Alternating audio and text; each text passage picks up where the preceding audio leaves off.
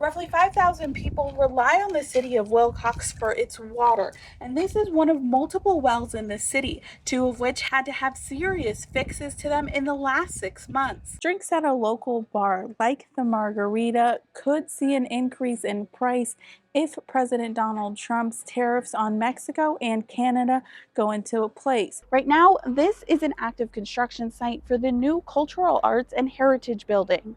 And these are the plans for the building, 2 stories, allowing more students and more people to participate in their program. Kagan obtained the Arizona Auditor General's report on the Sierra Vista Unified School District. It takes a look at their performance during the 2023 fiscal year. It's been over 7 years in the making, but now the city of Bisbee has a new city hall. Moments ago, we actually saw 2 people walk this way and crawl under this barbed wire and make their way west to Sassabee looking for help. We were actually in the car because the Cochise County Sheriff's deputies told us for our safety that we need to remain in the vehicle. We were actually here getting ready to bring you election coverage when we saw police cars roll up to the front of the building, which you can see now. This street has a lot of history, and for us, it's been an amazing journey. The Bisbee Breakfast Club has been a staple here on Erie Street for over a decade, which is why local community members are fighting for it to stay here in historic Lowell. This town, this community, how they've pulled together for us is absolutely,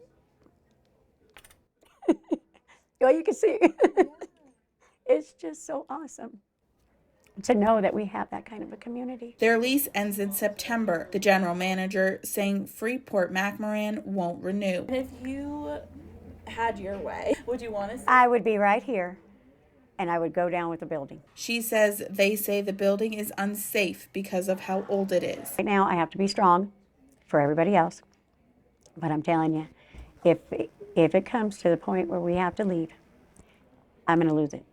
It's going to break my heart. Jay Allen and Dan Simonis run the Lowell Americana Project, preserving the history of Erie Street, including the Bisbee Breakfast Club. This whole project has managed to revitalize this street, but the Bisbee Breakfast Club is the heart and soul of it. Erie Street providing a glimpse of the past while bringing people together from all over the world. It'd be a shame to lose something like this. Like, we drove from Canada and we've been a lot of places, and this, I think, by far is my favorite. But most agree the street wouldn't be the same without the Bisbee Breakfast Club. We just want to convey to Freeport, give these people a long-term lease, sell them the building, whatever they can do, so Lowell can just continue to grow and preserve Americana. Satterfield doesn't exactly know what the future holds for the popular eatery, but she does know no matter what, it will stay in Bisbee. The 2 strikers behind me have been in southern Arizona for about 3 months.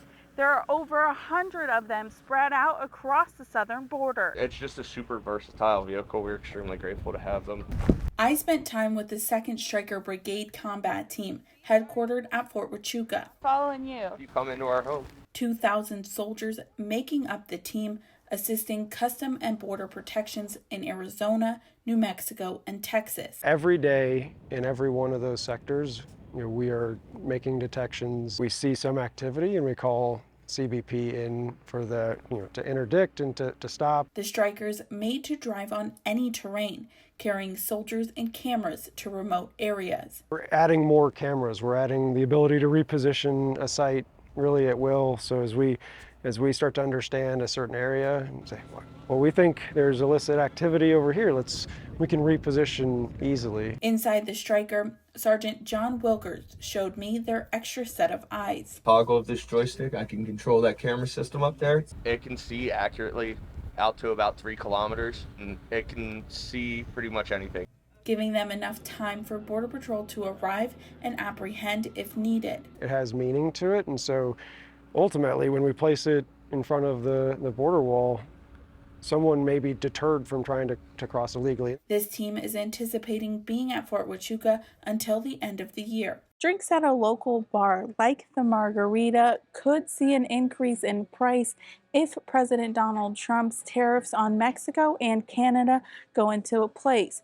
which could have a long-lasting effect on local businesses. I don't know what is worse, the tariffs or the constant starting and stopping of them, because for me, and I think for a lot of small business owners, you know, you have to make decisions today for what tomorrow is going to look like. Vanessa Lauren opened her cocktail bar in September 2023. We're a new business, so any new business, you have your bumps, but I feel like this year in particular, we've really started to catch some steam. One of her favorite drinks on the menu, a margarita, a drink she makes with ingredients only from Mexico. Cute. We've always tried to emphasize buying smaller family-owned brands of tequila, which, you know, isn't super easy when you're outside of Mexico, but that's always been something that's important to us. A 25% tariff means higher costs for consumers. We have to add our markup as well because, you know, we have bills to pay and we have mouths to feed. So the question, how expensive can we make a margarita for people to still want to, you know, come in and spend money with us? May cause Lauren to laugh, but is an answer she needs so she can stay open.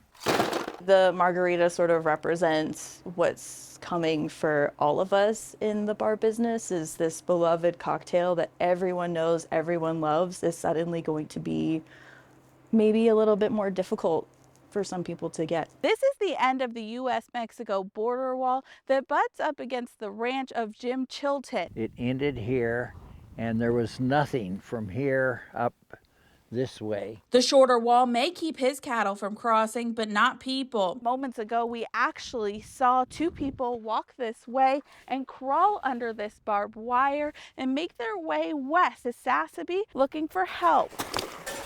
They had to walk up and down these roads. It's not easy. We drove the road the pair were walking, with steep hills, unpaved roads, and clothing lining the trail. More Red Cross blankets. Chilton says he's seen hundreds of people making the 25-mile walk to Sassabee, hoping to be stopped by Border Patrol. It's not my job to apprehend, or it's the Border Patrol's job. Chilton chooses to treat the trespassers with kindness, whether it's with the drinking fountains he's set up throughout his property or giving those he encounters snacks and telling them where to go. Why do you choose to help these people? I've had about 35 people die on my ranch, and it's really horrible. Even if drug packers are coming across my ranch, I just don't want them dying. The person died right over there. Chilton hopes change is coming, but says he'd like the wall to be completed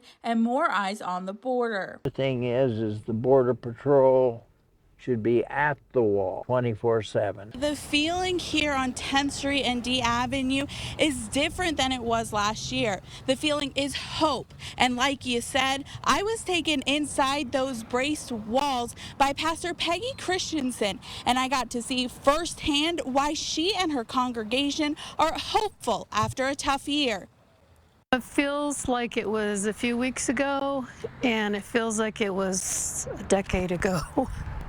It's been a roller coaster. For the last year, Peggy Christensen, pastor of First Presbyterian, has been trying to keep the church running and cleaning up what's left from the fire. This is the area that the arsonist started on fire. He started it right on the communion table. This table, one of the only things to survive. This was definitely the hottest part of the fire where it started. 2 weeks ago, Christensen and project superintendent Mike Reuter went into what was the sanctuary for the first time. How did that feel? It felt so mixed, Alexis. It looks so damaged and so hurt and so wounded. And yet there is a sense of dignity and hope. A sense of hope has kept the congregation focused to serve the community and rebuild. It's amazing to see it for 120 years later that it's still up and still standing after a fire. The first step, removing the damage and wood frame from the building. It's all throw it up on the deck, get it in bins, roll it out, throw it in the trucks. Reuters says they will start removing the wood frames next week. Christensen says despite the roller coaster of events, she's optimistic. The spirit is indestructible. And because we know that we have a future, And we don't know exactly what it is, but we have complete confidence that we're being led.